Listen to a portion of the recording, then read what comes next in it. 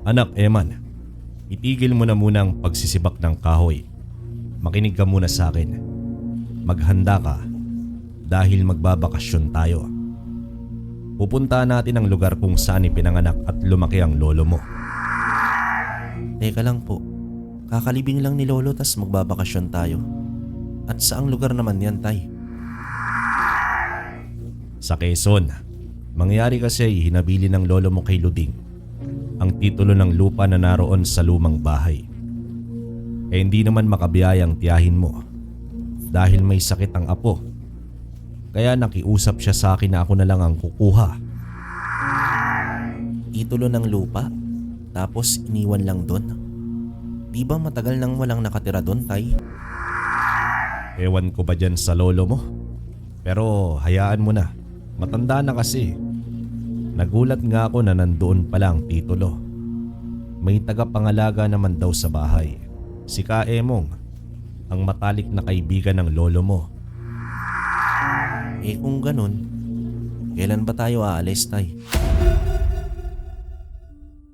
Si Eusebio, ang lolo ni Eman na namayapa, ay may lupaing pagmamay-ari sa liblib na lugar ng Quezon Province. Naghanda ang mag-ama para sa ilang araw na bakasyon. Subalit hindi nila inaasahan na bukod sa titulo ay mararanasan nila ang pinaka-nakakakilabot na pangyayari sa kanilang buhay.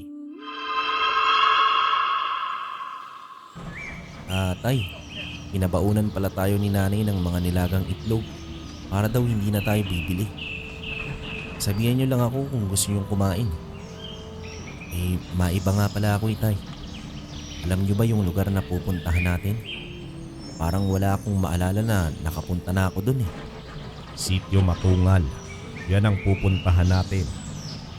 Ilang beses na rin akong nakapunta doon. Pero napakabata ko pa nun eh. Alam ko naman ang papunta doon pero tiyak naman akong marami nang nagbago sa lugar. Ano?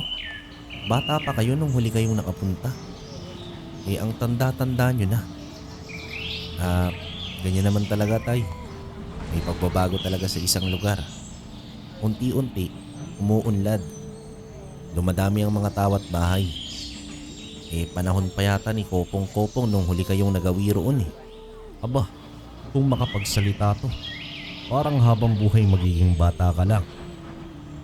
Itong tatandaan mo, anak. Ang pagiging matanda, kaakibat ng maraming karanasan at alaala.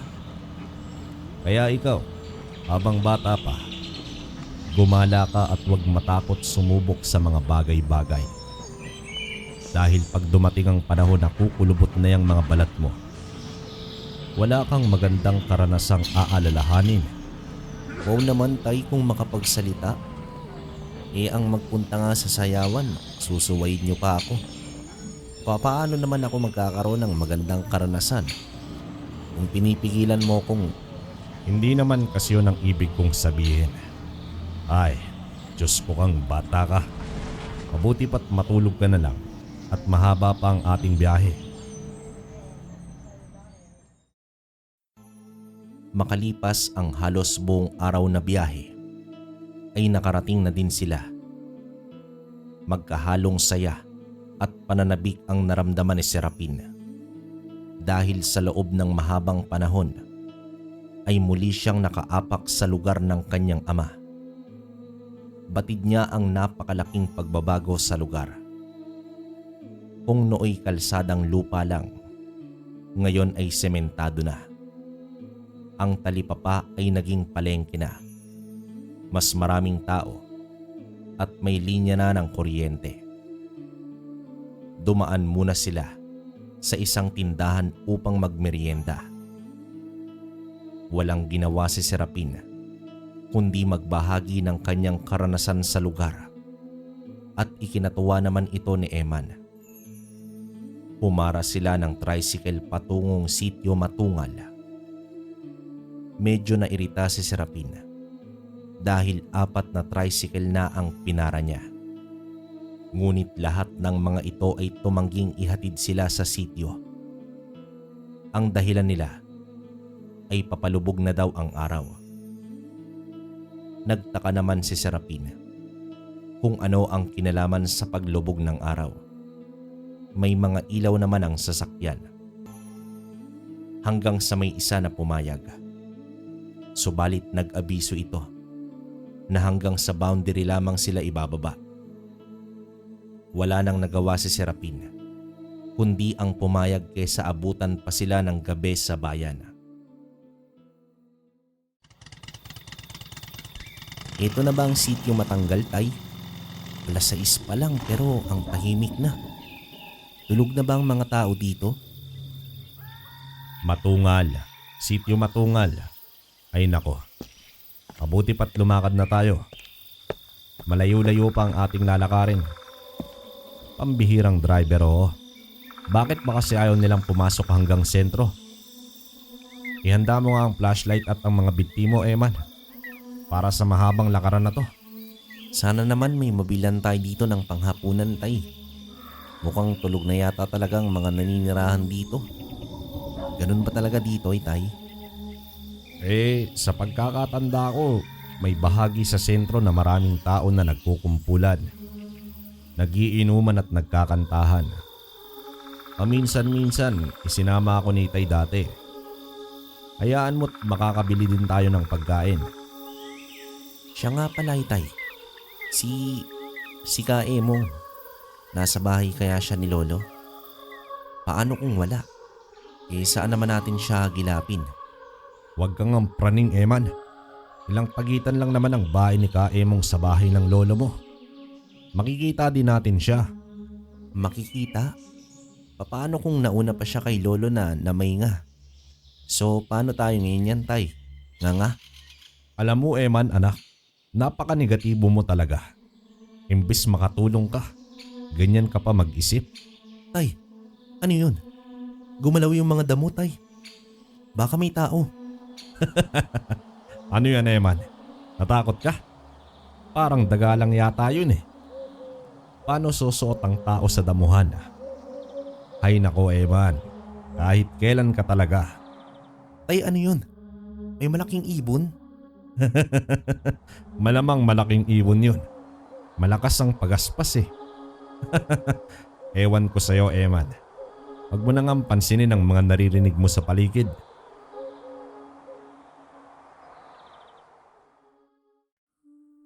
Habang tawang-tawa si Serapin, ay hindi maiwasan ni Eman ang matakot. Walang kuryente sa lugar. Tanging mga ilaw lang ng lampara lang ang nasa loob ng kabahayan. Napakadilim ng paligid.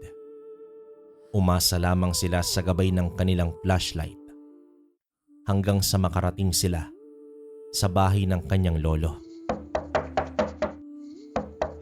Kinatok ito ni Serapin at binanggit si Kaemong. Hanggang sa may isang matandang lalaki ang kumuha ng kanilang pansin mula sa bakura ng bahay.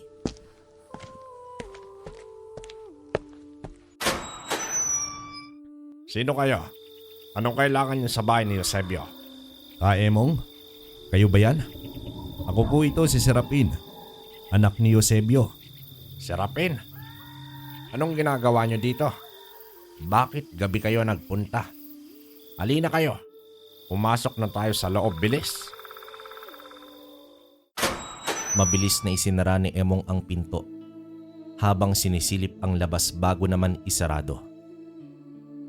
Sinindihan ng lampara at doon nag-usap tungkol sa titulong sadya nila sa bahay. Tumango ang matanda at nanlumo ang itsura nang matuklasan na wala na ang kanyang kaibigan. Subalit may takot din ang itsura nito at boses. Ayon sa matanda, matagal na siyang naninirahan sa kabilang baryo. Sa hindi inaasahang pagkakataon, ay narinig niya ang usapan ng mga driver sa bayan tungkol sa mag-amang nagpahatid sa sityo. Malakas ang kutob ni Emong. Nakilala niya ang mag-ama dahil wala na daw ibang tao ang dumadalaw sa sityo. Ano pong ibig niyong sabihin, Kaemong? Wala bang kamag-anak ang mga naninirahan dito na nasa malayong lugar? At bakit kayo umalis sa sityo? Ang lugar na ito ay hindi na tulad sa dati, Serapin.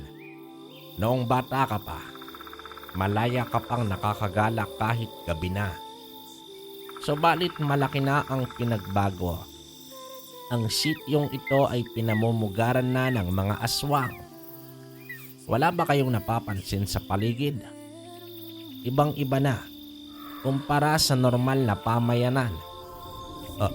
Aswang? Mga aswang ng mga tao dito? Nasa na yung mga kakilala ko dito noon? Ang iba ay nagsialisa na at ang iba naman sa kasamaang palad ay naging biktima na ng mga aswang. Mawalang galang na po. Kung mga aswang nga ang naninirahan dito, bakit pa kayo nagpunta? Hindi ka ba natatakot? Bilang isa sa pinakamatanda sa sityo, kahit papaano ay may nakuha akong respeto mula sa mga nilalang ng dilim. Sabihin na lang natin na nakikipagkaibigan ako, imbes na kalabanin sila. Kumpiyansa ako't maglabas-masok sa sityo dahil ang pinuno ng mga aswang ay kaibigan ko. Pero ibang usapan na para sa mga dayong katulad ninyo. Balak sana ng mag-ama na susulitin ang kanilang bakasyon sa lugar. Subalit tila imposible na nila itong magawa. Sa gabing iyon ay hinanap agad nila ang titulo ng lupa. Halos sinalungkat nila ang buong lugar dahil hindi na rin maalala ni Emong kung saan iyon itinago ni Eusebio. Makalipas ang ilang oras, ay natagpuan na din nila ang hinahanap subalit. Ano yun ka, Emong? Parang may mga tao sa labas eh. Dito lang kayo at wag na wag kayong lumabas hanggat hindi ko sinasabi. Tay, yun na ba yun? Baka mga aswang ang nasa labas. Mamamatay na ba tayo? Tumigil ka nga muna, Eman. Nahawa na yata ako sa pagiging matatakutin mo. Magtiwala lang tayo kay Kaemong. Mabait yun. Paano kung hindi? Baka naging aswang na din siya. Salamat at napakiusapan ko sila. Pero sa gabing ito lang kayo magiging ligtas. Kaya nararapat na pagsikat ng araw ay umalis na kayo sa lugar na ito. Buong gabi na hindi nakatulog ang mag-ama sa takot nila na baka bumalik pa ang mga aswang. Samantala, nakaalis sila ng ligtas sa sityo at ang titulong hawak nila ay hindi rin nila napapakinabangan dahil ang lupaing pag-aari ni Eusebio ay ang sityo mismo ng mga aswang. Okay, so yun mga kabaryo, bali maraming salamat nga pala sa mga nakinig at umabot dito sa dulo. Bali ito na yung second channel natin. Ang main channel na natin ngayon ay yung Kabaryo Horror True Stories. Doon tayo maglalapag ng mga 30 minutes above na stories at dito naman sa Dear Kabaryo ay yung mas may ikli para dalawa na yung napapakinggan ninyo. Tapos sa mga gusto rin na makita akong nagla-live, punta lang kayo sa TikTok shop, i-search nyo lang Kabaryo Shop 888. Lalabas na yon mga kabaryo. Kung gusto nyo rin ng mga produkto na pamproteksyon at nagbibigay gabay sa pang-araw-araw, nandun yon sa TikTok shop natin. So paano mga kabaryo, sa next upload na natin ilalagay yung mapipili ko na isa-shoutout dito, no? Yung pinaka-best comment na mababasa ko. Ngayon kung nabitin pa kayo or merong kayong gustong sabihin, ilagay nyo lang sa comment section, babasahin ko yon. Yun lang mga kabaryo, maraming salamat.